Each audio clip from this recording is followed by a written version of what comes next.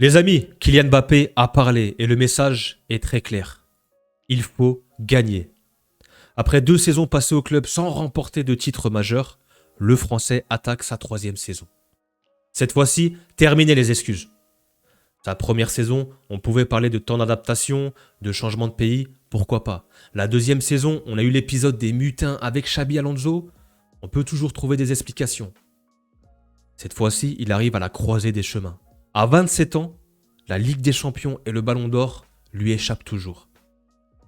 Est-ce que ce sera la saison de la vérité pour Kylian Mbappé? Est-ce qu'il va enfin gagner avec le Real Madrid? Et c'est ce qu'on va voir dans cette vidéo. Les amis, j'espère que vous allez bien. Je suis content de vous retrouver pour cette nouvelle vidéo. On va parler du Kicks. Ça faisait un petit moment que je n'avais pas fait de vidéo à son sujet. Mais avant de commencer, on ne perd pas les bonnes habitudes. On dépose le petit like, ça aide beaucoup pour le référencement. On s'abonne si ce n'est pas encore fait. Et réagissez en commentaire. Est-ce que vous pensez que cette 3e saison sera la bonne pour Kylian Mbappé? On va revenir un petit peu sur ces déclats. Nous devons gagner et je pense que cette année, nous allons remporter des titres. C'était au micro de Real Madrid TV. Je suis sûr que nous allons revenir. Nous allons rester concentrés toute l'année. Et j'ai envie de mettre l'accent sur ces derniers mots.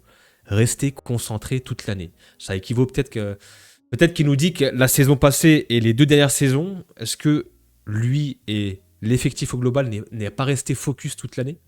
On sait qu'en fait, dans une saison, tu dois rester en vie dans les compétitions, que ce soit en Liga, en Ligue des Champions ou autre, la première partie de saison. Et ensuite, à partir du mois de février, mars, là arrivent les mois de la vérité, le sprint final. Et c'est là qu'il faut rester concentré, frais physiquement et tout donner pour la dernière ligne droite. Peut-être que c'est un message, c'est aussi peut-être un message pour ses coéquipiers.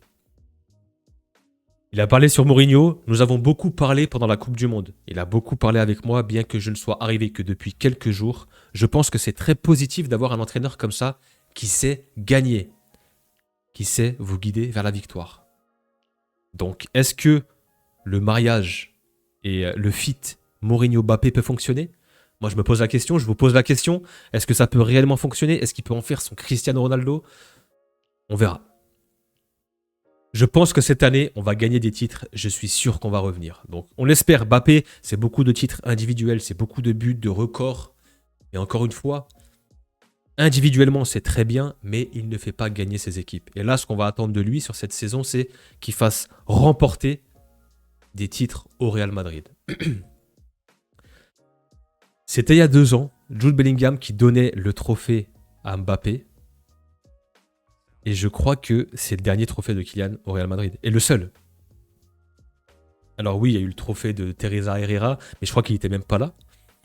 Et ces images-là, moi, je suis un peu nostalgique de voir un peu cette entente aussi entre Bellingham et Mbappé. Aujourd'hui, on sait que les 2 joueurs ne s'apprécient guère.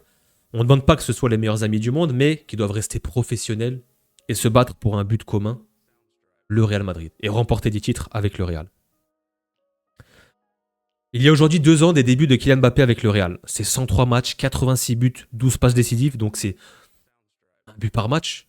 Il est décisif à chaque match. C'est 2 titres, donc il y a eu ce titre plus... je ne sais pas quel est l'autre titre. Voilà, faudra m'expliquer. En tout cas, c'est pas un titre majeur. 2 Pichichi de Liga, Pichichi de Champions League, 4 buts en 4 finales. Encore une fois, d'un point de vue individuel, Mbappé a fait son boulot, mais encore une fois, il ne fait pas gagner ses collectifs. C'est ce qui s'est passé au Paris Saint-Germain et c'est ce qui se passe aujourd'hui au Real Madrid. Mbappé poste son badge meilleur buteur de l'histoire de la Coupe du Monde, les gars. S'il vous plaît, il fait un gros mondial, il est à 22 buts, je crois. C'est le meilleur buteur de l'histoire de la Coupe du Monde. Ok. C'est aussi le meilleur buteur de la Ligue des Champions avec 15 buts. Donc en fait, d'un point de vue individuel, encore une fois, il y a un paradoxe entre ces statistiques et le fait qu'il ne remporte pas de titre majeur. Aujourd'hui, est-ce que Mbappé est le favori au Ballon d'Or? C'est ce que je vois ici. Alors je ne sais pas c'est quelle source. On met Harry Kane 2e, Dembélé, Kvicha, Olysée. Pour moi, Kane a plus de mérite. Il a marqué plus de buts sur la saison. Je crois qu'il a plus de 70 buts. Il a remporté 2 trophées majeurs, la Bundesliga et la DFB Pokal. Donc pour moi, d'un point de vue statistique et trophée, pour moi, Kane lui passe devant déjà. Pour moi, Mbappé ne mérite pas de remporter le Ballon d'Or cette saison. Est-ce que ce ne serait pas le chat noir du football. Je vous ai partagé cette image lors d'une dernière vidéo. 2022-2024, le Real Madrid est champion d'Europe et remporte la Ligue des Champions à 2 reprises. En 2025, il signe du côté du Real pour justement aller remporter cette Ligue des Champions qu'il n'a pas pu remporter avec le Paris Saint-Germain. Et le PSG fait back-to-back 2025-2026. Alors le raccourci est très facile, mais il a le mérite d'exister, les gars. Moi, je ne suis pas en train de dire que Mbappé est un chat noir et qui fait perdre ses équipes.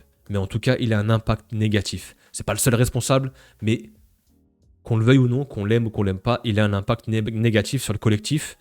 Et peut-être qu'en fait, il prend beaucoup trop de place avec ses stats individuelles. Je vous avais montré aussi ce petit graphique, les impacts et les courses défensifs, les tacles, les interceptions, les blocages, les récupérations dans le dernier tiers, etc. en Liga la saison passée. Donc on voit que Mbappé il est à 60, Vini 145, Bellingham, Diomandé c'est 216, 243. On a même Ken à 157 et Haaland à 106. On voit clairement que c'est trop faible. Que d'un point de vue défensif, le travail pour le collectif, c'est trop peu. On voit que Diomandé, lui, avec Leipzig, c'est énorme. Il y a un gros abattage tout comme Bellingham et on a même un Vini qui fait des minima. Donc encore une fois, ça, Mbappé, on l'a vu lors du mondial. Il y a eu pas mal de pressing, de retour défensif, des efforts. On ne demande pas que ce soit un défenseur élite, que ce soit un Rafinha ou un Dembélé, mais qui fasse les minima tout comme Vinicius Junior. Mourinho pousse énormément les joueurs à l'entraînement, en particulier sur le plan physique. L'équipe dispute désormais 2 séances par jour. Donc les gars, la Mourinho arrive et il y a un gros travail physique et on passe à 2 entraînements par jour. L'expression qui revient le plus souvent dans tout le centre d'entraînement est beaucoup d'intensité. Donc en fait, voilà, Mourinho est en train de créer des joueurs, des athlètes qui vont répondre aux exigences d'une saison avec tous les matchs que ça comporte. Tu dois être frais. Et en plus, on a la chance d'avoir un groupe étoffé avec beaucoup de joueurs, donc il y aura de la rotation. Donc c'est important d'avoir des mecs qui sont en forme. L'un des objectifs de Mourinho est d'inculquer un nouvel ADN aux joueurs du Real. C'est ce que je vous avais dit aussi, on a perdu un peu cette identité, cette agressivité, la personnalité du club, retrouver un peu la soif de vaincre, la haine de la défaite. Donc en fait, on parle d'intensité, la volonté de se battre pour l'écusson, travailler pour le Real Madrid, au lieu de travailler pour soi-même, d'accord ? On a un but commun, c'est le Real Madrid, on doit gagner ensemble, encore une fois, avoir un esprit combatif en équipe, résilience et sacrifice. Et ça, on l'a trop peu vu les 2 dernières saisons. C'était que par moment, quand on avait des gros matchs, j'ai le souvenir contre City, contre le Bayern, quand t'es en Ligue des Champions, quand il y a un Classico et que t'es piqué un peu dans ton orgueil, et t'as les joueurs qui se donnent au rendez-vous. Par contre, tout au long de la saison en Liga ou en Ligue des Champions sur d'autres matchs, bah, c'est aléatoire. Et souvent, les joueurs choisissent leur match. Cette fois-ci, avec Mourinho, ça passera pas. Est-ce que vous aussi, vous avez l'impression qu'on a des joueurs qui sont un peu plus fit, un peu plus secs ? On voit ici Mbappé, Bellingham qui a bien perdu aussi. On a Konaté qui est assez fin aussi, donc peut-être que les joueurs sont arrivés avec une bonne shape. En tout cas, c'est de bon augure pour la suite. J'avais envie de revenir sur ça, sur le documentaire de Mourinho qui est au passage incroyable, exceptionnel. Lors de son premier passage au Real, l'équipe était dingue. Par contre, niveau mental, elle avait énormément de lacunes. La première fois où Casillas s'est entretenu avec moi, c'était pour me réclamer des jours de repos supplémentaires pour les internationaux. Donc ça, on l'a vu aussi, la saison passée, il y a eu quelques joueurs qui ont plus de jours de repos. Ok.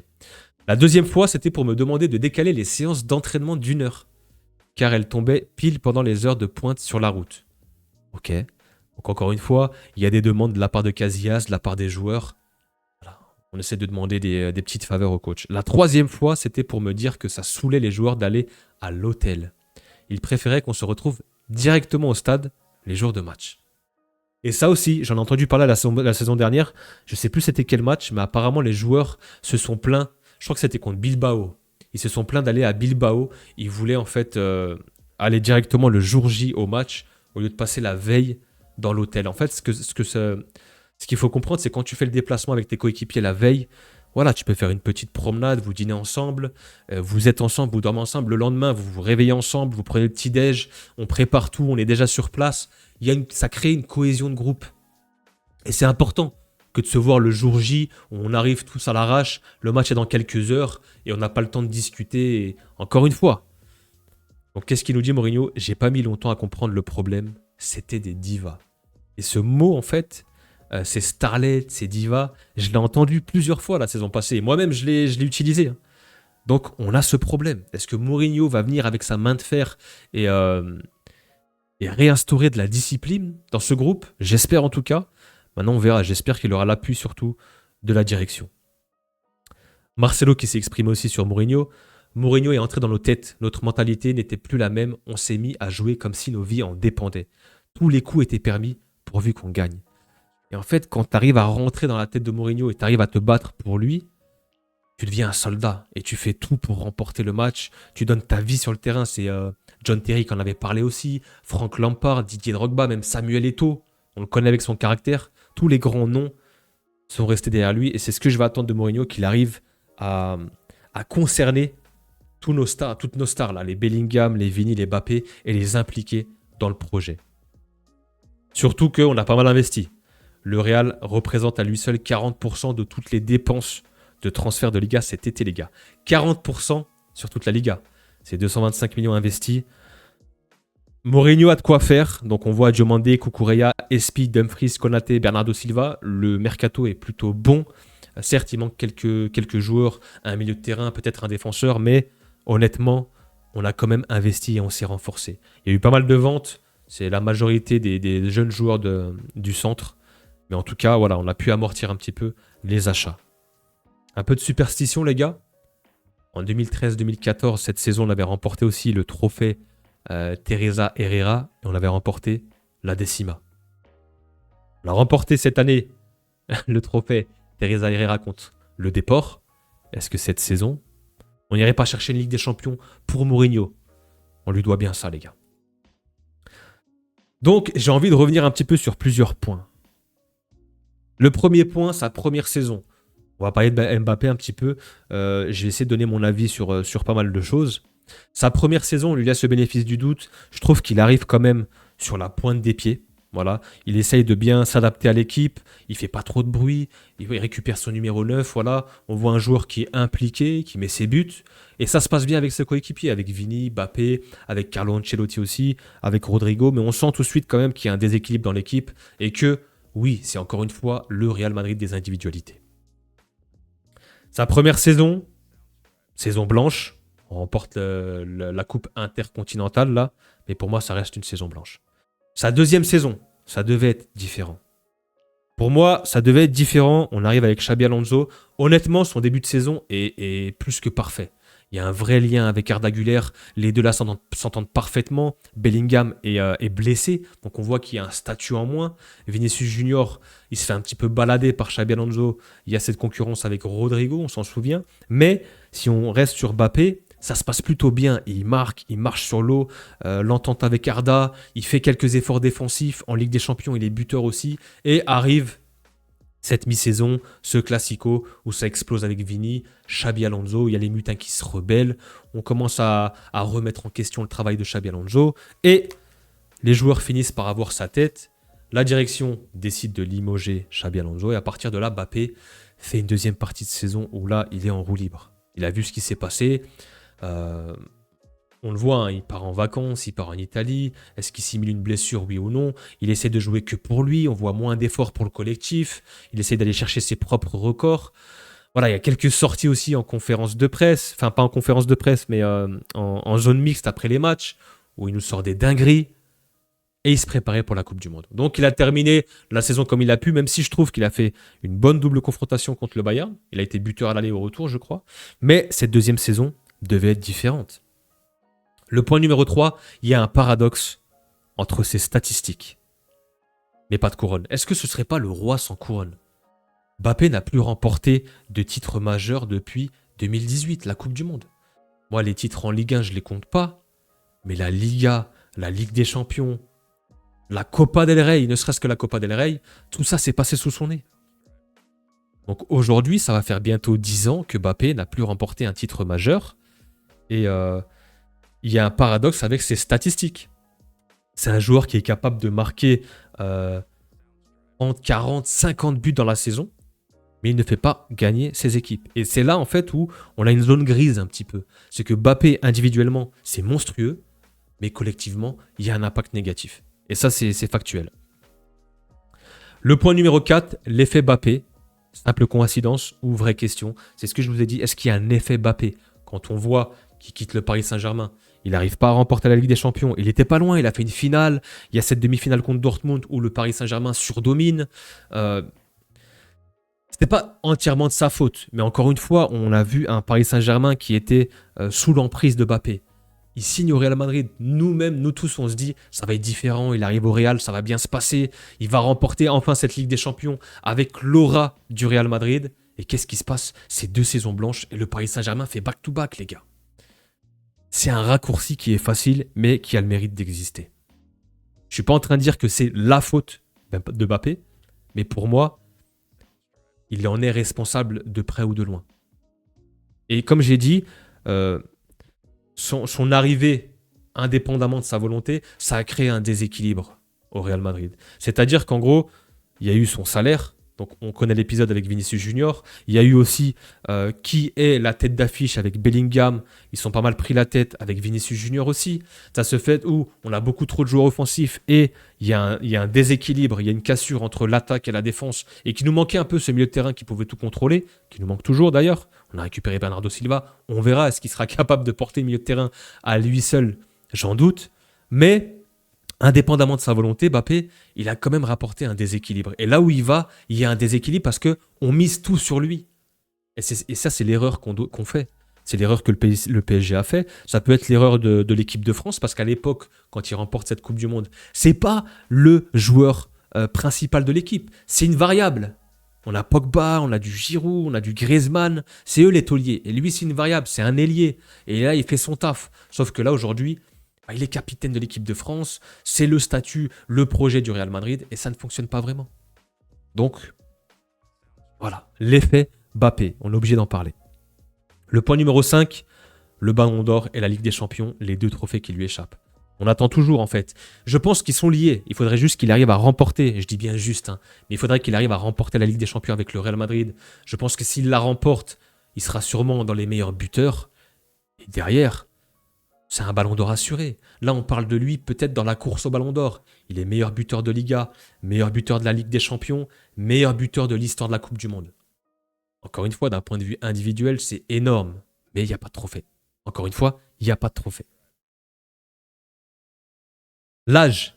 Mbappé entre dans une nouvelle phase de sa carrière, les gars. En décembre, il aura 28 ans. On le sait, son jeu repose beaucoup sur ses capacités athlétiques, sa vitesse, son explosivité. Donc, il y a un moment donné, tout ça, ça va s'arrêter, ou ça va s'atténuer. Il va falloir qu'il se réinvente, comme Cristiano Ronaldo, par exemple. Cristiano, il s'est repositionné dans l'axe, il a été un peu plus buteur, plus tueur. Il faut qu'il devienne un peu plus intelligent dans ses déplacements, gérer un peu plus ses efforts. Donc, attention, c'est pour ça que je dis qu'il arrive à la croisée des chemins à 27 ans, bientôt 28 ans. Tu vas approcher la trentaine, ton corps sera différent. Et tu courras toujours après cette Ligue des Champions et ce Ballon d'Or. Est-ce que Mourinho peut être le coach qui peut faire changer Mbappé? Quand je dis changer, c'est que Mbappé doit avoir un switch. C'est-à-dire qu'il doit un peu plus se sacrifier pour l'effectif et pour l'équipe aux dépens de ses statistiques individuelles. Je m'explique. Je préfère avoir un Mbappé qui se donne corps et âme, qui fait des efforts défensifs, qui joue pour l'équipe, qui est prêt à sortir à la 60e ou 70e s'il est cuit, mais mettre 10 ou 20 buts de moins et remporter des titres. C'est ce qu'on attend de Kylian Mbappé, se mettre au service du collectif, se dépouiller, ne pas choisir ses matchs, ne pas courir après ses records et ne pas jouer que pour lui. Et est-ce que Mourinho peut le faire changer? Ça va être la vraie question de cette saison, les gars. En tout cas, on espère que Mourinho pourra en faire son CR7. Ce sera compliqué parce que CR7, les gars, c'est très très haut. Mbappé contre le nouveau monde. Qu'est-ce que j'appelle le nouveau monde, les amis? Il y a des joueurs qui émergent. Lamine Yamal, qui est déjà multiple vainqueur de Liga, champion du monde. Il est pas loin d'aller chercher cette Ligue des Champions. Il a été deuxième au Ballon d'Or. Il est en liste pour ce Ballon d'Or. Lamine Yamal, les confrontations directes avec Mbappé, c'est 8 victoires contre seulement 2 défaites, je crois. Donc il a déjà un avantage psychologique sur lui. Les Classicos, ça a été compliqué. Il y a aussi Haaland qui pousse. Il y a d'autres joueurs qui émergent. Il y a Désiré Doué qui est là, qui a déjà gagné une Ligue des Champions, qui devient un joueur important du Paris Saint-Germain. Attention, Mbappé et le nouveau monde. Il y a une nouvelle génération qui émerge, qui ont à peu près entre 19, 18, 19, 20 et 22 ans. Lui, comme j'ai dit, il approche les 30 ans. Il est à la croisée des chemins. Qu'est-ce que serait une saison réussie pour Kylian Mbappé? Je vous pose la question, les amis. Est-ce que ce serait seulement remporter la Liga, un trophée majeur qu'il n'a pas encore remporté? Est-ce que ce serait la Liga et la Copa? Le triplé, forcément que ce serait une saison réussie. Est-ce que seulement remporter la Ligue des Champions serait synonyme de réussite pour lui aussi? Je vous pose la question. Pour moi, je pense que remporter une Liga, c'est important déjà. De retrouver un titre sur le plan national. Pourquoi pas faire une Liga, une Copa, ce serait très très fort. La Ligue des Champions, ce serait le must. Moi, j'aimerais bien remporter la Ligue des Champions. Mbappé, qui dit Ligue des Champions, dit sûrement Ballon d'Or, mais surtout pour Mourinho, lui qui a bâti les fondations de ce Real qui a dominé sur cette dernière décennie. Il y est pour quelque chose, José Mourinho. Et on a une dette envers lui, on doit remporter une Ligue des Champions avec lui. Donc dites-moi en commentaire, je vous attends, qu'est-ce que serait une saison réussie pour le Kicks? Et est-ce que ce sera la saison de la vérité pour Kylian Mbappé? Ça en a tout l'air en tout cas. On arrive sur cette saison, il va avoir 28 ans. Il y a Mourinho, il y a un gros mercato qui a été fait. On a une équipe qui est plus ou moins solide. Tu sors de 2 saisons blanches. Attention au jamais 203. Il y a beaucoup de questions. Il y aura beaucoup d'histoires à raconter sur cette nouvelle saison. Mais pour moi, c'est la saison de la vérité. Donc, est-ce que Mbappé va enfin gagner avec le Real Madrid? Et pour vous, quelle serait une saison réussie? Je vous attends en commentaire, les amis. Réagissez. Abonnez-vous si ce n'est pas encore fait. Likez. C'est très important. Ça aide beaucoup pour le référencement. Merci à tous ceux qui le feront. Merci pour la force que vous me donnez au quotidien. Et nous, on se revoit très très vite pour de nouvelles vidéos. Prenez soin de vous, les amis. Peace.